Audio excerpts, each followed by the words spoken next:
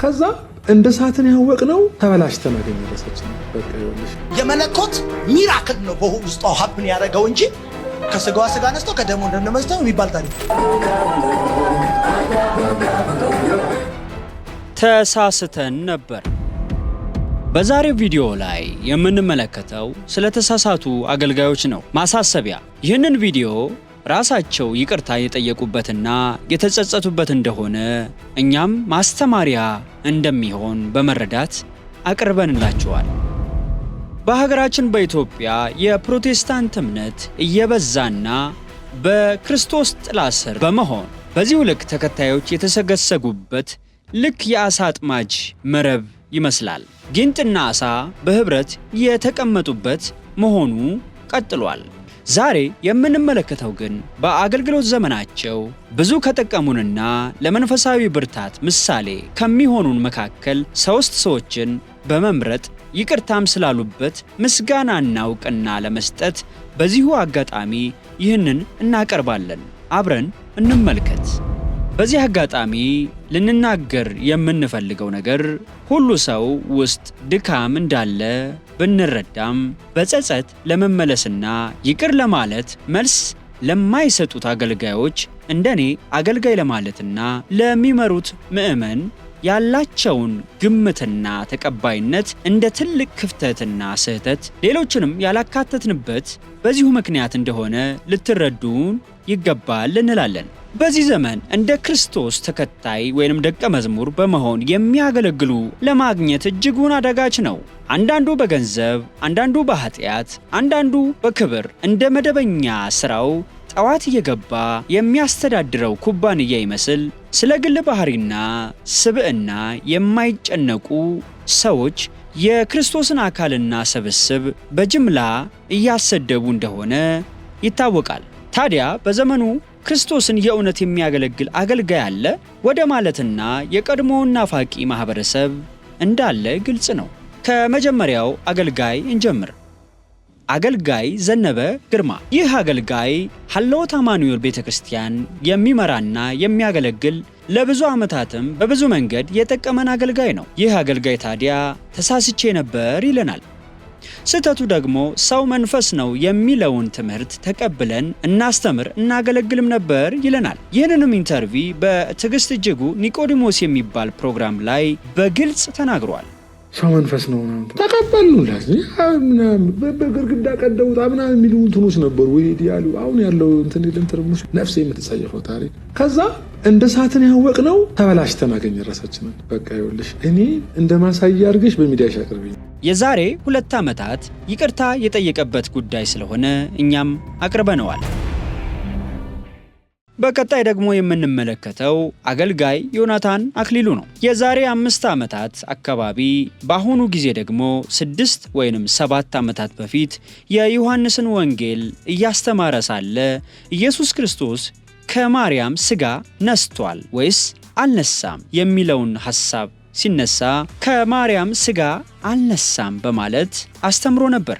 ይህንንም ከራሱ አንደበት እንመልከት። የመለኮት ሚራክል ነው በውስጧ ሀፕን ያደረገው እንጂ ከስጋዋ ስጋ ነስቶ ከደሙ እንደነመስተው የሚባል ታሪክ። ከ5 ዓመት በኋላ ይህንን ክፍል ጠቅሶ ስህተት ተናግሬ ነበር፣ ስጋ ነስቷል ነው እውነቱ ብሎ ይቅርታ ጠይቋል። ይህንንም እንመልከት። የዛሬ 5 ዓመት አካባቢ የዮሐንስ ወንጌልን ሳስተምር የተናገርኩትን አንድ ማስተካከል የምፈልገው ሐሳብ አለ። ኢየሱስ ክርስቶስ ከማርያም ስጋ ነስቷል ወይስ አልነሳም የሚለው ሐሳብ ሲነሳ ኢየሱስ ከማርያም ስጋ ነስቷል። ግልጽ ነው። ኢየሱስ ከማርያም ስጋ ነስቷል። ያኔ ከማርያም ስጋ አልነሳም ብዬ የተናገርኩት ስህተት ነው። በመጨረሻም ፓስተር ቸርነት በላይን እናገኛለን። ይህንን ቪዲዮ የምናሳየው እንደ ሌሎች የስህተት አስተምህሮ ያለ ስህተት ሳይሆን የሥነ ምግባር እና የሥርዓት ስህተት እንደሆነ ይታወቅልን። በዚህ ቪዲዮ ላይ ታዲያ የምናገኛቸው ሰዎች አንደኛ ቶኪቻው፣ ሁለተኛ ቻቺ እና ፓስተር ቸርነትን ከልጁ ጋር እናገኛቸዋለን። ይህንን ቪዲዮ ተመልክተን እንመለስ።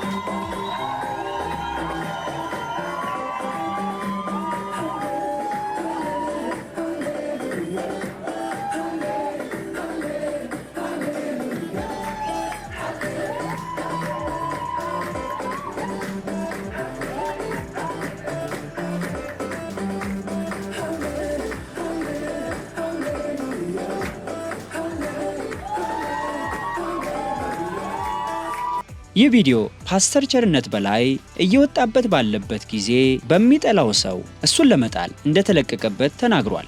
ግን እንደ ስርዓትና እንደ አካሄድ ስህተት ነበር፣ ወጣትነትና አለመብሰል ነበር። አሁን ላይ ይህንን ሳየው እጸጸታለሁ ብሏል። እነዚህን ሁሉ ለምን ለናንተ አሳየናቸው? ያሳየናችሁማ አገልጋይ ላይ ሙሉ በሙሉ እንዳንደገፍና በአሁኑ ዘመን ነገሮችን በሙሉ በጥንቃቄ እንድትመላለሱ ለማሳየት ነው። መጽሐፍ ቅዱስ ሲናገር በዕብራውያን ምዕራፍ 12 ቁጥር 2 ላይ እንዲህ ይላል፣ እኛ ደግሞ ሸክምን ሁሉ ቶሎም የሚከበንን ኃጢአት አስወግደን የእምነታችንን ራስና ፈጻሚውን ኢየሱስን ተመልክተን በፊታችን ያለውን ሩጫ በትዕግስት እንሩጥ። እርሱ ነውርን ንቆ በፊቱም ስላለው ደስታ በመስቀል ታግሶ በእግዚአብሔር ዙፋን ቀኝ ተቀምጧልና ይለናል።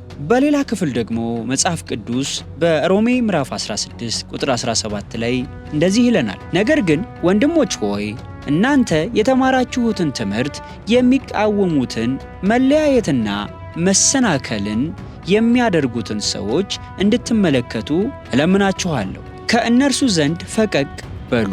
እንዲህ ያሉት ለገዛ ሆዳቸው እንጂ ለጌታ ለኢየሱስ ክርስቶስ አይገዙምና በመልካምና በሚያቆላምጥ ንግግርም ተንኮል የሌለባቸውን ሰዎች ልብ ያታልላሉ።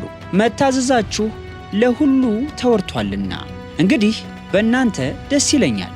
ነገር ግን ለበጎ ነገር ጥበበኞች፣ ለክፉም የዋሆች እንድትሆኑ እወዳለሁ ይለናል ጳውሎስ።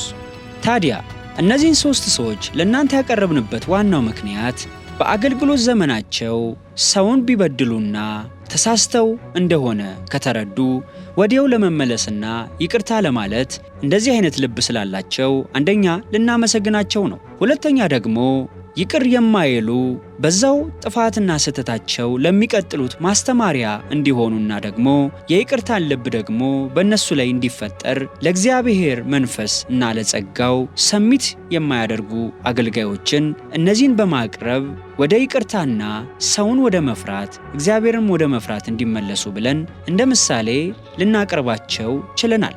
የዘመኑ መልክ በሃይማኖት ሰበብ ሰዎች የሚታለሉበትና ብዙ ዘረፋና ሞት የሚፈጸምበት ስለሆነ በእምነታችን ጸንተን ሁሉን በጥንቃቄና በማስተዋል እንድናደርግ እናሳስባለን። በመጨረሻም ግን አማኝ የሆንን እኛ ክርስቲያኖች ትልቅ ትምህርት ይሰጠናል ብለን የዛሬውን ቪዲዮ እንደዚህ አቅርበናል። በቀጣይ ቪዲዮ እስከምንገናኝ ድረስ ቸር ሰንብቱ። እስከዚህ ሰዓት ድረስ አብረውን ስለቆዩ እጅግ እናመሰግናለን። የምንለቃቸው ቪዲዮዎች ከተመቻችሁ ለሌሎችም እንድታጋሩ ብለን በትህትና እንጠይቃችኋለን። እናመሰግናለን።